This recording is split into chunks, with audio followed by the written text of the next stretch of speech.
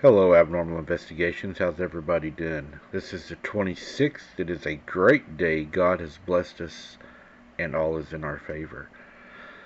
Well, how many of y'all have been out driving at night and you've said to yourself, this would be a really scary place to have car trouble or to have a flat, or I would hate to walk from here?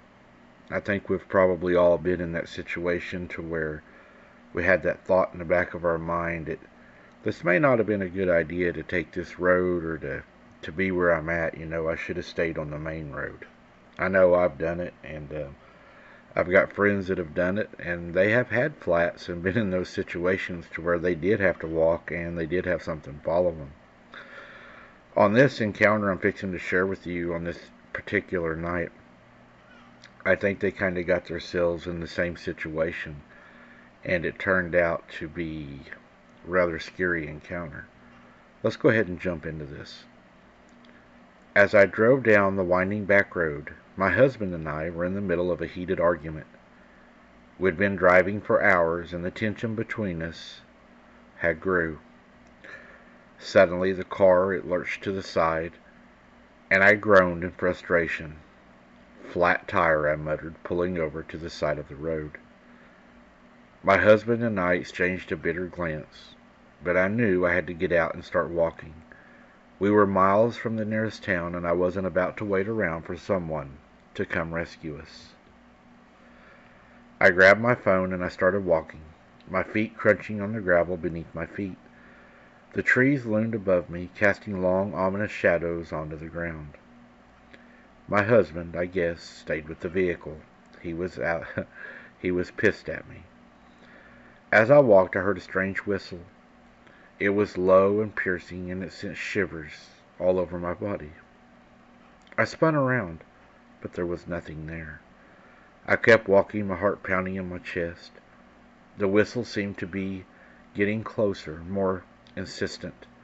I could feel something was watching me, following me through the trees, and it really wanted my attention.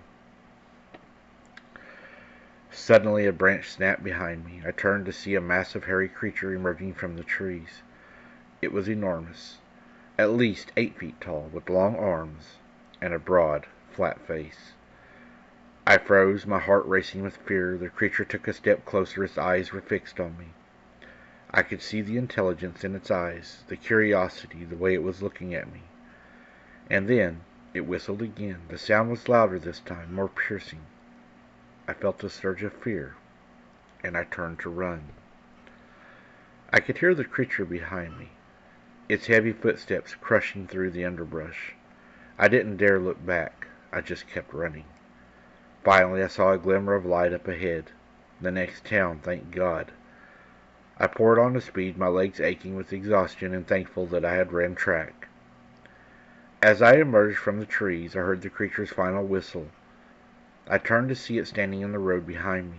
Its eyes were fixed on me, as if it was studying me, or watching me, like it wanted my attention, but it was keeping its distance.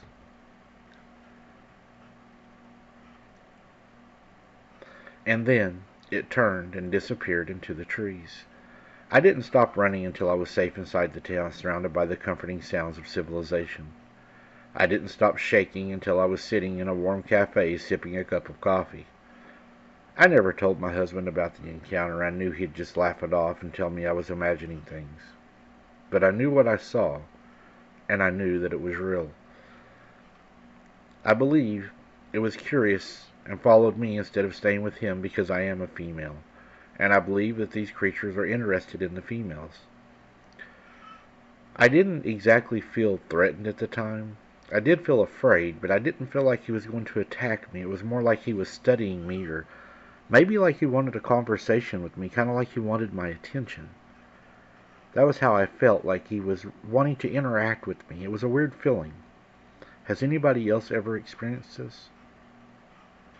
At my granny's, they would try to interact with us, but it was never felt as if it was, them trying to be nice. It was like they were trying to lure you outside, and like they had a sinister idea, the way they would call your name, and it would use its hands, like, come here, with its long fingernails, and the way it would whisper through the vents of the water cooler and things of that nature. It never felt like that it wanted to be your friend, and I don't believe that it does want to be your friend. I believe that you are always on the menu.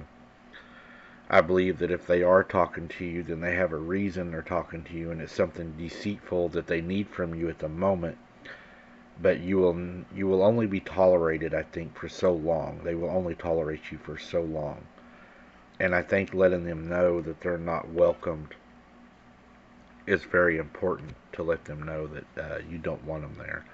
I wouldn't want them having peace on my property. I would want them to know that they were not welcome there, especially for those of you who have children, because we know that they are very fixated on children, and a lot of children do go missing that are found, deceased or not found at all. So yeah, I think they're dangerous.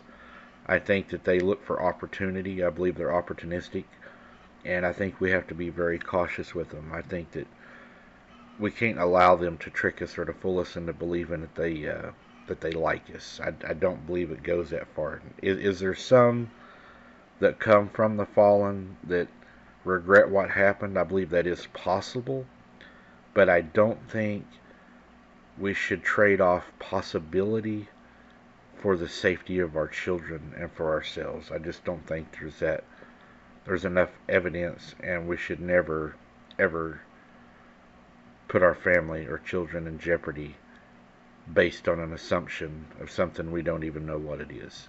Just my opinion, guys. I look forward to seeing your comments, and as always, I will try to answer each and every one of them.